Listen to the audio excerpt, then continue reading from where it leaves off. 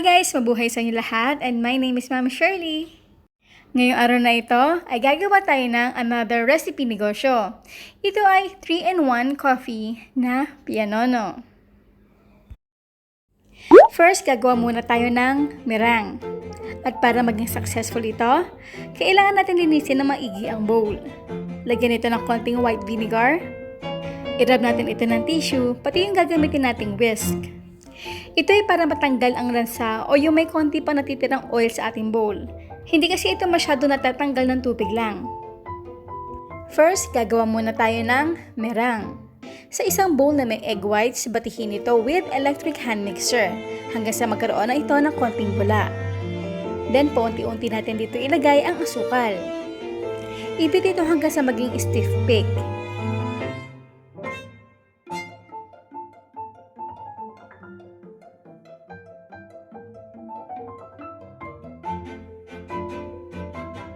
Set this aside. Second, ang egg yolk mixture. Pagsamahin dito ang egg yolk, salt, 3-in-1 na coffee. Ito yung pinagsamang coffee, sugar at creamer. Mix this for a few seconds.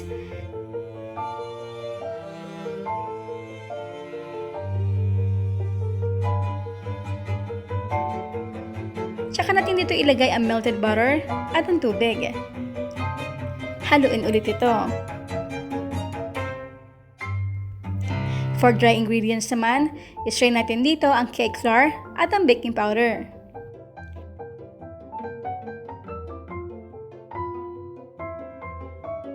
Agad batihin ito for a few seconds. And now we need to combine the meringue and the egg yolk mixture. At para mapadali ito, maglagay muna tayo ng konting meringue sa egg yolk mixture. Haluin ito gamit ang spatula.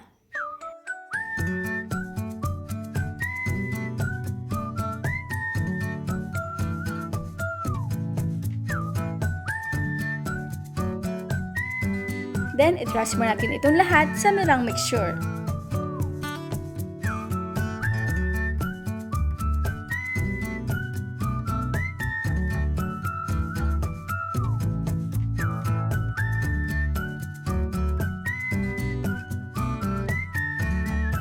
I-transfer ito sa baking pan.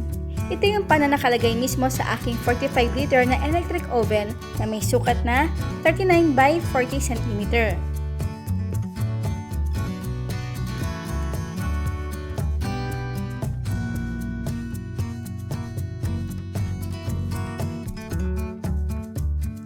Itap ito ng 3 beses to remove extra bubbles sa ating cake.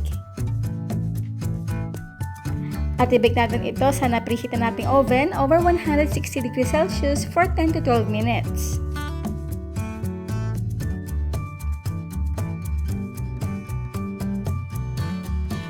Let it cool in room temperature for 10 minutes. I-cover ito ng clean and dry towel. Itaob ito at tanggalin ang parchment paper. At para sigurado tayo mamaya sa paghati ng ating cake, sinukat ko ito at mayroon 37 cm in length. At i-divide ito sa 3.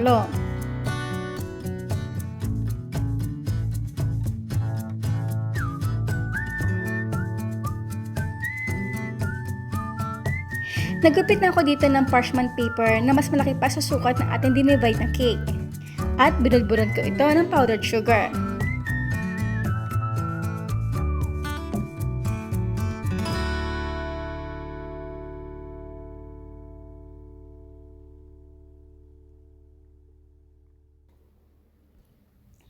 Since na hindi flat ang pan na ginamit ko, tinanggal ko ang nakausli dito.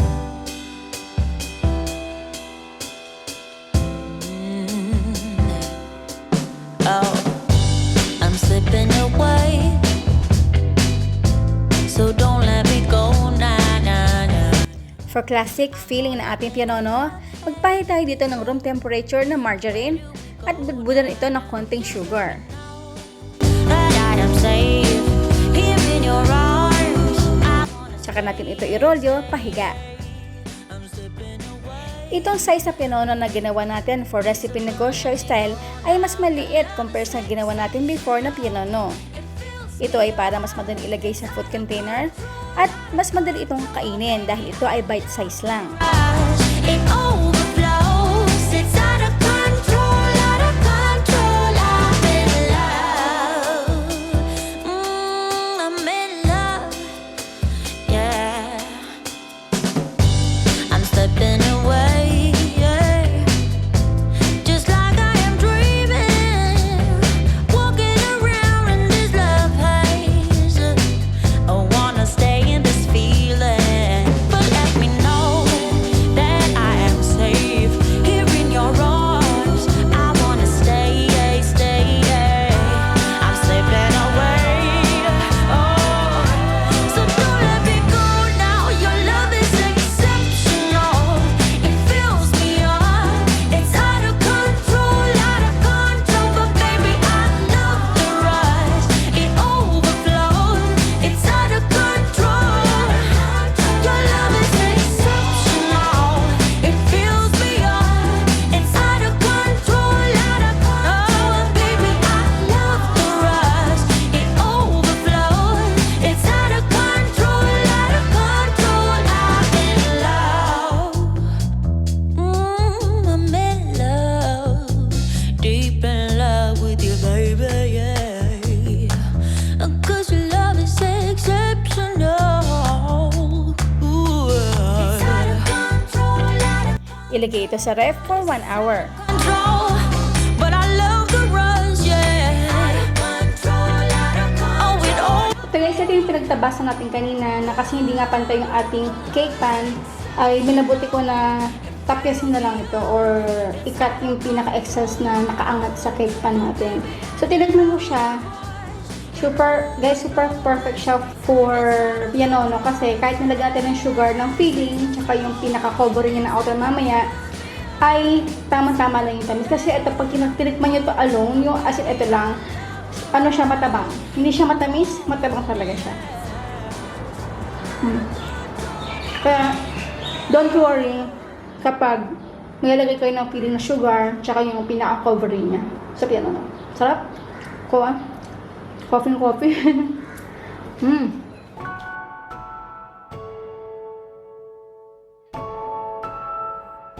Siyempre, for food business, kailangan natin bumili ng food container. At nakabili ako dito na may sukat na 4 inches. At ito ay tamang-tamang sukat sa ating pianono. At ihiwain ito na naaayon sa sukat ng ating food container. Kung gusto niyo malaman kung magkano ibenta ang ating pianono, meron ako nakalagay na sample computation sa ating description box.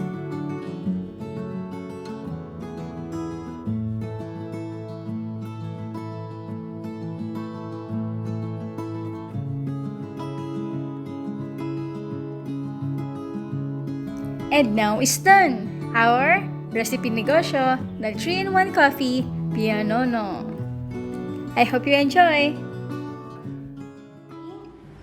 Ang ating 3-in-1 coffee na pianono version. Ako, kain po tayo. This is my favorite portion ng ating video. Kain po tayo. Wow! Lambot! Yan siya lambot. Tsaka kanina yung habang binibig ko to, amoy na amoy yung kitchen ko na coffee, na milk tea, kasi nga 3-in-1. Tsaka mapapansin nyo, yung ating egg yolks na mixture, originally, nilagyan ko talaga siya ng sugar. Pero since na 3-in-1 yung ating nilagay, at matamis na ito, iniskip ko na yung sugar at nilagyan ko na lang ng 3-in-1 na yun with sugar. Ang sarap guys. Lasang-lasang kape. Lambot. And guys, kung meron pa kayong request sa iba pang flavor ng pianono na katulad nito, pwede pang negosyo, please write it down sa comment box below dahil lahat kayo binabasa ko yun. And as much as possible po talaga ay nag-reply ako. Ako po ang nag-reply talaga sa inyo. Maraming salamat sa inyo lahat. Bye!